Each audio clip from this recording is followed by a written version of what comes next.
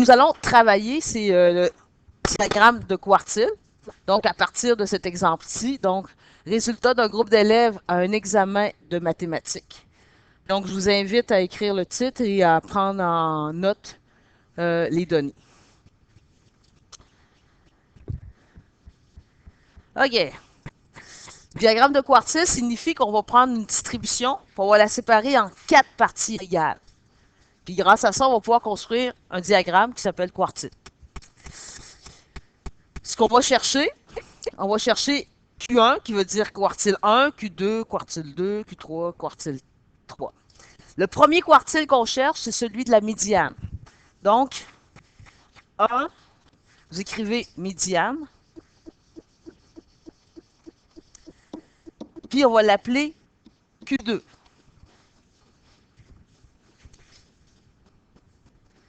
Donc, en tout temps, vous pouvez arrêter la vidéo pour prendre des... Donc, première chose à déterminer, c'est combien j'ai de données. Donc, je vous les compter. Donc, vous en avez 1, 2, 3, 4, 5, 6, 7, 8, 9, 10, 11, 12, 13, 14, 15, 16, 17, 18, 19, 20, 21. Vous avez 21 données. Pour trouver un médiane, qu'est-ce que je fais? Oui, on divise par 2. Qu'est-ce qu'on divise par 2? J'ai combien de données? 21 divisé par 2. Donc, je vous laisse le faire. Qu'est-ce que ça donne, 21 divisé par 2? 10,5. Ça va? OK. Donc, ça veut dire quoi? Ça veut dire que je mets 10 données d'un côté, donc je compte 1, 2, 3, 4, 5, 6, 7, 8, 9, 10. Et la 11e donnée, je l'encercle. Donc, mon Q1, 2 est égal à 75. Deuxièmement, je cherche mon Q1. Okay. Q1 va correspondre à la médiane de mon premier groupe que j'ai ici. Donc, je recalcule, j'ai combien de données?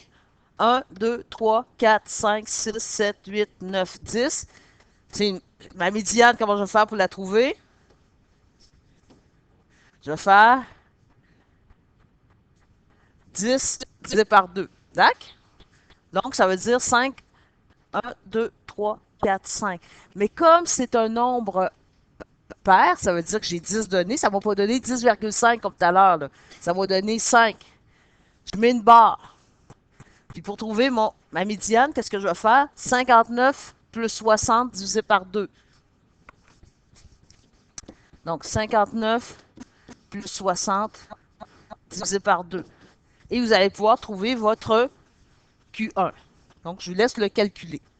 N'oubliez pas de mettre les parenthèses. On calcule maintenant le troisième quartile qui est Q2. Q2 commence ici. Donc, j'ai combien de données? 1, 2, 3, 4, 5, 6, 7, 8, 9, 10 données aussi. Donc, je fais encore la même chose que tout à l'heure. 10 divisé par 2, ça donne 5. Et je fais comme tout à l'heure. Donc, 1, 2, 3, 4, 5. Je mets une barre. J'additionne. 86 plus 87 divisé par 2. Ça va donner mon Q3. N'oubliez pas de mettre le numérateur entre parenthèses. Donc, de bien mettre 86 plus 87 entre parenthèses divisé par 2. Sinon, ça risque de faire des erreurs.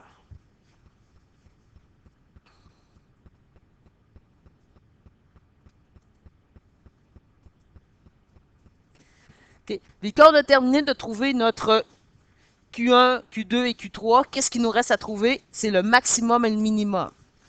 Donc, le maximum, c'est la plus grande valeur. Puis le minimum, c'est la plus petite valeur. C'est tout. Puis grâce à ces informations, dans la deuxième vidéo, vous allez pouvoir construire votre diagramme de quartile. OK. Pour le prochain numéro, vous prenez votre cahier d'activité. Vous n'êtes pas obligé de le prendre, en tout cas. Vous allez à la page 316, on va faire le numéro 1. Donc, notre distribution est la suivante, 25, 26, 28, 30, 31, 32, 34. Donc, prenez-le en note. Et vous le prenez en note dans votre cahier spirale. Il n'y a pas assez de place dans votre cahier d'activité. Et en plus, c'est des notes de cours. C'est surtout pour toi, Roger, que je dis ça. Donc, dans la question à la page 316, on vous demande de trouver les quartiles. On vous demande de trouver l'étendue interquartile et l'étendue. Donc, pour commencer, on va trouver les quartiles. Le premier quartile qu'on cherche, c'est la... Oui, médiane, qui est notre... Oui, Q2.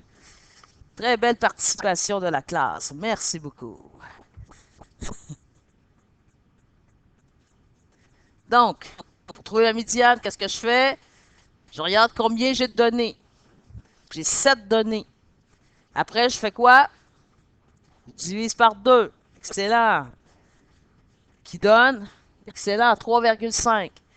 Donc, je compte 1, 2, 3, puis paf, j'encercle. Bingo, j'ai mon Q2.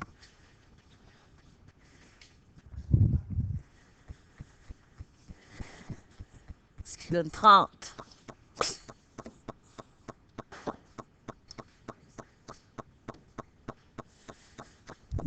Deuxièmement, je cherche mon Q1, qui est qui est la médiane de ma première partie qui est ici, là. Je ne sais pas si vous voyez mon nombre, là. Okay, qui est ici. J'ai combien de données? 3. 3 divisé par 2, ça fait 1,5. Ça veut dire que je compte une donnée et paf, j'encercle celle-là.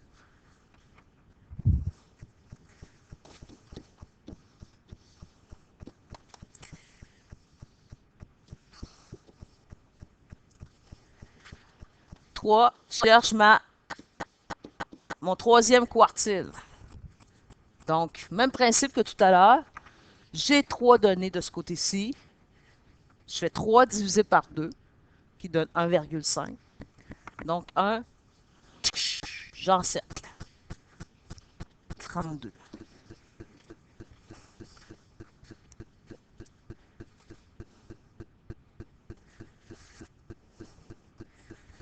Je cherche mon maximum et mon minimum.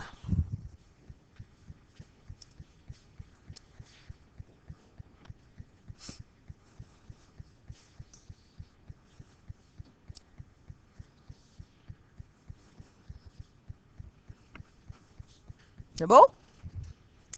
Maintenant, l'étendue interquartile. Donc, prenez le temps d'écrire le mot étendue. Interquartile. Ça signifie que je vais faire Q3 moins Q1. C'est tout. Par la suite, vous calculez votre étendue, qui lui, c'est le maximum moins le minimum. Donc, je vous laisse calculer ça. Donc, n'oubliez pas, en tout temps, vous pouvez éteindre la vidéo pour prendre les notes. Donc, maintenant, vous allez au numéro D de la page 317. Vous faites attention, au numéro D de la page 317, la distribution n'est pas en ordre. Très important de mettre la distribution en ordre. Donc, je vous laisse faire ça, de mettre la distribution en ordre. Et de la noter. Donc, notez bien que pour mettre une distribution en ordre, on part du plus petit au plus grand. Okay? Je vous laisse le faire et vous repartirez la vidéo dès que vous aurez terminé. Une fois que c'est terminé de le mettre en ordre, donc, vous trouvez nos quartiles. Vous avez combien de données?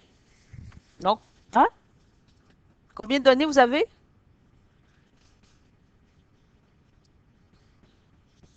10 données. Tout le monde a 10 données? Donc, comme tout à l'heure, vous cherchez votre Q2, donc la médiane. Donc, MED, votre Q2, médiane. Ça veut dire quoi? Vous comptez 10, 5 d'un côté, 1, 2, 3, 4, 5. Vous mettez une barre, 1, 2, 3, 4, 5 de l'autre. C'est ça? Et naturellement, vous additionnez ces deux données-là qui sont ici. Et vous divisez par 2. Donc, Q2 est égal à 67,5. Donc, assurez-vous que votre calcul donne 67,5. Par la suite, Q1. Donc, il y a, s'il vous plaît, excusez-moi, j'enregistre durant un cours. Okay. Donc, Q1, j'ai combien de données de ce côté-ci? Dans la première partie, j'en ai 5. 5 divisé par 2, ça fait 2,5. Donc, je compte 1, 2 et le troisième, je l'encercle.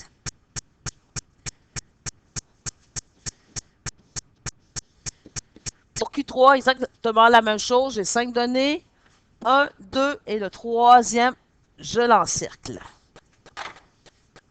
Et pour terminer, vous cherchez votre maximum, votre minimum.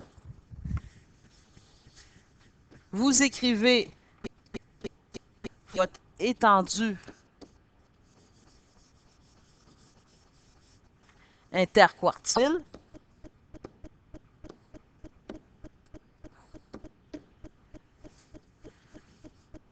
Interquartile qui correspond à Q3 moins Q1 et votre étendue qui correspond au maximum moins le minimum.